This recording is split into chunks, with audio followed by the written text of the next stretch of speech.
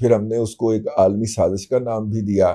پھر ہم نے یہ بھی کہا کہ جناب جب بھی عید آتی ہے یا میجورٹی مسلمانوں کے تہوار آتے ہیں تو کرونا ایکٹیو ہو جاتا ہے, اور جب بھی کوئی مائنارٹی کے ایشوز آتے ہیں تو وہ کرونا جو ہے وہ جا کے سو جاتا ہے. وہ اس طرح کی باتیں بھی کیں, اور ظاہر ہے کہ یہ قوم جو ہے وہ مختلف الخیالات اور مختلف نوع لوگوں کا ایک مجموعہ ہے. وہ کسی بھی ڈیولپمنٹ کو اپنے دماغ اور اپنی مرضی کے مطابق تشریح کرتے ہیں اور پھر اس تشریح کو پھیلاتے ہیں, اور سوشل میڈیا اس کا سب سے بڑا انسٹرومنٹ ہے اس طرح کی تشریحات پھیلانے کا. لیکن بات وہ ادھوری رہ گئی. وہ آئی ایم ایف نے جو فنڈ بنایا تھا, ہم نے سمجھا یہ سارا فنڈ ہمارے لیے ہے, حالانکہ آئی ایم ایف کے ارکان جو ہیں وہ کوئی 148 یا اتنے کے ممبران ہیں, تو وہ سارے ممبروں کے لیے اس نے وہ فنڈ بنایا تھا, اور اس میں سے کچھ حصہ ہمیں بھی آیا تھا. اب ہمارا خیال, اچھا پھر ہوتا یہ ہے کہ جب پلیج ہوتا ہے نا کہ جناب آپ کتنے پیسے دیں گے, تو وہ اے آر وائی کی میراتھن کی طرح لوگ کہتے ہیں جی میں اتنے ملین دوں گا, میں اتنے کروڑ دوں گا, میں اتنے ارب دوں گا. ٹھیک ہے, اے آر وائی جب شوکت خانم کے لیے میراتھن کرتا ہے تو, لیکن نتیجہ بعد میں پتہ چلتا ہے کہ وہ اتنے کروڑ اور اتنے ارب اور اتنے ملین کا جو سارا جو تھا وہ صرف اناؤنسمنٹ ہی تھی. بعد میں وہ پروگرام کے جو ہوتے ہیں, اس پروگرام کے جو کہہ لیں کہ پروڈیوسر ہوتے ہیں, وہ ان لوگوں کے پیچھے پیچھے ہوتے ہیں اور وہ آگے آگے ہوتے ہیں, وہ فون نہیں اٹینڈ کر رہے ہوتے ہیں کہ پائے نا آپ نے اعلان کیا تھا پیسے دیں, وہ پیسے کوئی نہیں ہوتے. اور یہ بیماری جو ہے یہ صرف اے آر وائی یا پاکستان تک محدود نہیں ہے, عالمی سطح پہ بھی ہے. جن ملکوں نے پلیج کیا تھا کہ ہم اتنے پیسے دیں گے, وہ ملک پیسے نہیں دے رہے. آئی ایم ایف نے اپنے پلے سے پیسے نہیں دینے تھے, اس نے اپنے ارکان ممبر کا ایک گروپ بنایا تھا کہ سارے اس میں اپنا اپنا حصہ ڈالیں گے اور پھر ہم غریب ممالک کی مدد کریں گے. اور انہوں نے کیا بھی. جب انہوں نے ہمارے ہاں پیسوں کے اخراجات کا یہ حشر دیکھا تو پھر انہوں نے کہا کہ نہیں بھائی چیزیں لے کے دیں گے تو چائنا والا فارمولا کہ جناب کیش نہیں ہے بھائی, کیونکہ کیش جو اگر ہم دیتے ہیں تو نالے کی صفائی تک کے لیے سائیں پہنچ جاتے ہیں کہ پیسے کٹو اسی نالے کی صفائی کریے. اس ہر تہاڈا کام نالے کی صفائی کرنا نہیں, تسی سرحداں دی حفاظت کرو, نہیں ہم نے نالوں کی صفائی کرنی ہے کیونکہ پیسے آئے. اور اس کے بعد پھر ہم سندھ حکومت کے خلاف جو ہے وہ 5ویں پشت کی دوگلی ابلاغی جنگ کا جہاد لانچ کر دیتے ہیں. سندھ حکومت کوئی دودھ کی دھلی نہیں ہے, نہ ہی وہ کوئی اس کے کوئی معاملات کوئی سیٹل ہیں, معاملات کوئی شفاف ہیں یا کوئی ایماندار لوگ ہیں, وہ بھی اپنا لگاتے ہیں, لیکن کام ان کا ہے نا سر. ٹھیک ہے نا, یہ ان کو کام کرنے دیں, اور آپ ان کو کام نہ کرنے کے اوپر ضرور جوتے لگائیں یا کام ناقص کرنے کے اوپر جوتے ضرور لگائیں. انال چیف جسٹس بھی لے آ گئے, انہوں نے بھی کیا دیو جی ٹھیکہ ہے نا, ٹھیک. تو وہ پھر آگے پھر زبان کٹتی ہے بھائی جان, ہم تو اس سے آگے کچھ نہیں بول سکتے. لیکن کمنگ بیک, جب یہ داستانیں ساری عالمی میڈیا تک پہنچی تو انہوں نے کہا یار یہ پیسے تے لڑ پیندے نے. ٹھیک ہے, پیسے آتے ہیں تو یہ ہلکے ہو جاتے ہیں, ٹھیک ہے, ایک دوسرے کو نوچنا شروع کر دیتے ہیں, لہٰذا ان کو کیش نہیں دینا, ان کو چیزیں دینی ہیں. ہم نے وہ چیزیں بھی بیچی, پھر یہاں پہ وہاں سے جو چیزیں آئیں یہاں پہ نجی ہاسپٹلس کے اندر استعمال ہوئیں, اور شوکت خانم بھی ان میں شامل ہے. ٹھیک ہو گیا. اب جناب جو ہے وہ جو ہے اب اس سے آگے کی بات آ گئی. اب انہوں نے کہا کہ نہیں ہم آپ کو دیں گے, ویکسین لے کے دیں گے. ٹھیک ہو گیا. ویکسین کا آرڈر انہوں نے پلیس کر دیا.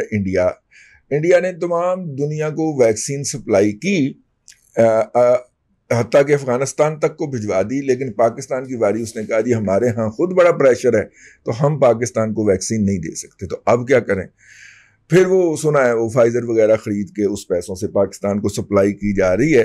لیکن تاحال پاکستان کے اندر جو ہے وہ جو ویکسین آ رہی ہے, سنا تھا حکومت نے کافی زیادہ ارب روپے اس کے لیے مخصوص کیے ہیں, لیکن جو سننے میں آتا ہے, جو خبروں میں آتا ہے وہ یہی آتا ہے کہ پاکستان میں جو ویکسین امپورٹ ہو رہی ہے وہ ڈونیشن والی ویکسین ہے یا ٹیسٹ والی ویکسین ہے. اور بڑے فخر سے بتاتے ہیں جنرل صاحب کہ ہم نے جناب $1 کروڑ جو ہے وہ کمایا ہے, کیونکہ لوگوں نے اپنے جو ویکسین ہے وہ ہمارے لوگوں پہ, دوسرے ممالک نے ہمارے لوگوں پہ ٹیسٹ کر کے دیکھی ہے. تو وہ مطلب کہ اس فخر کے اوپر تو میرا خیال ہے کہ جنرل صاحب کو کچھ آئینہ دیکھنا چاہیے یا منہ چھپا کے گھر بیٹھ جانا چاہیے. ان کو خدا کا خوف کرنا چاہیے. وہ کس پہ فخر کا اظہار کر رہے ہیں. ٹھیک, ظاہر ہے لوگ والنٹیئر کرتے ہیں دنیا بھر میں, اور ان والنٹیئرز کو باقاعدہ ادائیگی بھی کی جاتی ہے. تو اگر تو وہ ادائیگی کی بھی گئی ہے بہت سی صورتوں کے اندر، لیکن اس ادائیگی کا اور یو کے اندر جو بندہ اپنے آپ کو ٹیسٹ کے لیے پیش کر رہا تھا اس کی ادائیگی کے اندر زمین آسمان کا فرق ہے، کوئی کمپیریزن ہی نہیں ہے۔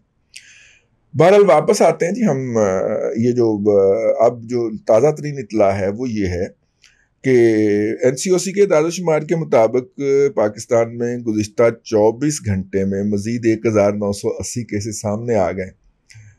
کم ہے، 22 کروڑ کی آبادی کے اندر 24 گھنٹے میں اتنے کیسز کو بڑی بات نہیں ہے، ٹھیک ہے۔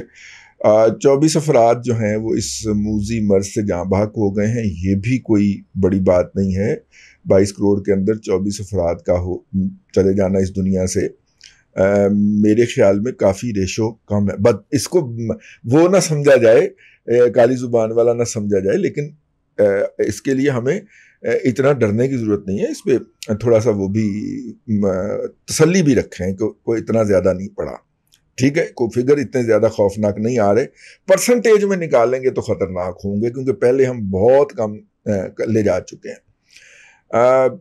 اپنا اس کے بعد جی انہوں نے مجموعی صورت جو ہلاکتیں ہیں یا مجموعی جاں بحق ہونے والے افراد کی تعداد بتائی ہے، پھر صوبہ وائز اس کا بتایا ہے، خیبر پختونخوا، پنجاب اور سندھ کے اندر اور وفاقی دارالحکومت کے اندر یہ ہوا ہے۔ سب سے زیادہ ٹیسٹنگ وفاقی دارالحکومت میں ہو رہی ہے اور سب سے زیادہ کیس بھی وہاں پہ، جتنے ٹیسٹ نہیں ہوگا کیس بھی نہیں۔